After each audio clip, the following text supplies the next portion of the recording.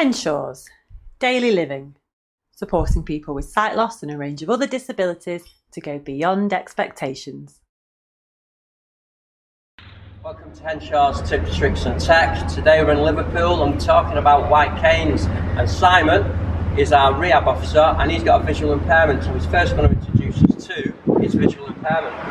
Yeah, so I said before, I'm visually impaired, I'm registered blind. Stood out here, I'm really uncomfortable. The sun's glaring at me. I can't see very far.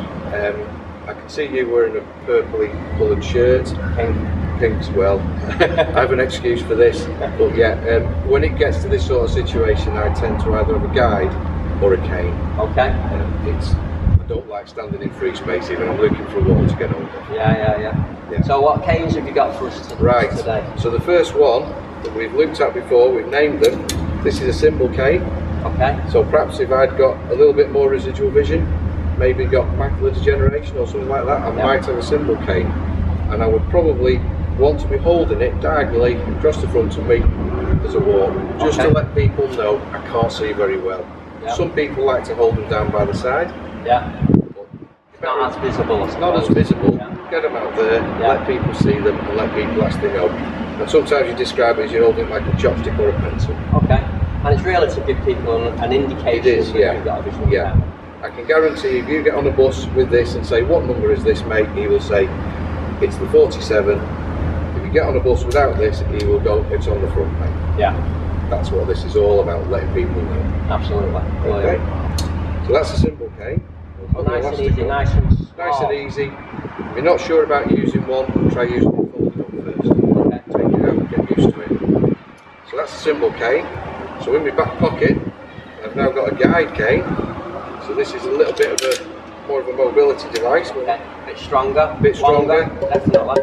So now it reaches the floor. Okay. I can start to have a bit of an investigation with this. What's about? See, I'm right now. I found my wall. Yeah. So find out how big's the bus step. Okay. I can then use it like a diagonal cane, and I can walk along and find. So it's kind of giving you some protection. Yeah. But if you notice now, Mark, it's giving me a lot more protection. Yeah. A lot more coverage.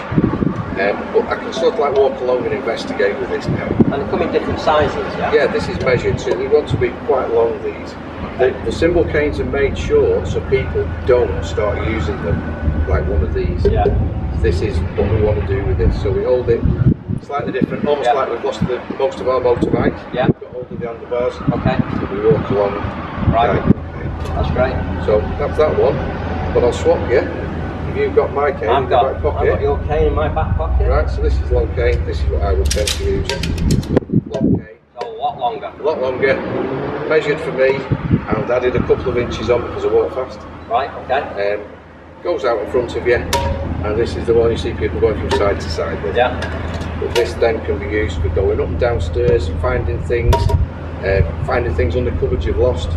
Loads of things you can do with it. So it's got quite a significant ball on the end on yours. So well, I will call yours a ball. If we turn this upside down, and one little tip for everybody, we'll turn it upside down, but we're not going to touch the end because that's been through everything on the pavement. Yeah. These come off.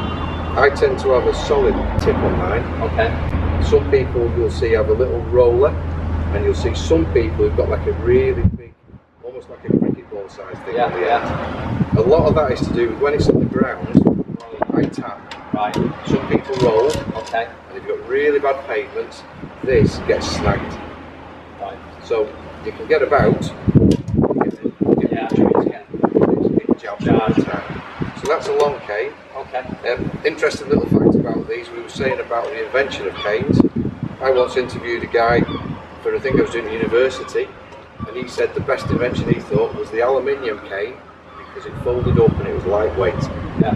So he thought this was one of the best inventions when it went from solid to foldable. Yeah. Because it put it away. And they've not changed since really.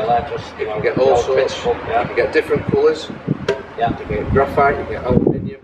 But I tend to try and get people to go for a white cane because people know what it means. Yeah. So another little tip as well, if you're using canes, you really need to start thinking about using a rucksack. Okay. Because one hand's filled with this, you really need to have your hands free. You don't want to be carrying bags, so you really need to start thinking about canes, rucksacks, things like that. So this all comes with training, which is a requirement, yeah? A guide cane you'll need a little bit of training, whereas a long cane you'll need quite a lot of mobility training to learn some strategies, because you've got to learn to mentally map. Yeah. Because don't forget, if you've got a long cane or a guide cane, the chances are you can't see beyond the end of it. Yeah. You really need to know where you're going beforehand. Well, you won't know, but Deb's on the camera, behind the camera, is telling me to stop. So what I'm going to do is I'm going to thank you for your knowledge, and I'm going to thank you for watching. And if you like this video, give us a thumbs up. If you think somebody would appreciate this knowledge, pass it on. And thank you very much for watching, and I'll see you soon.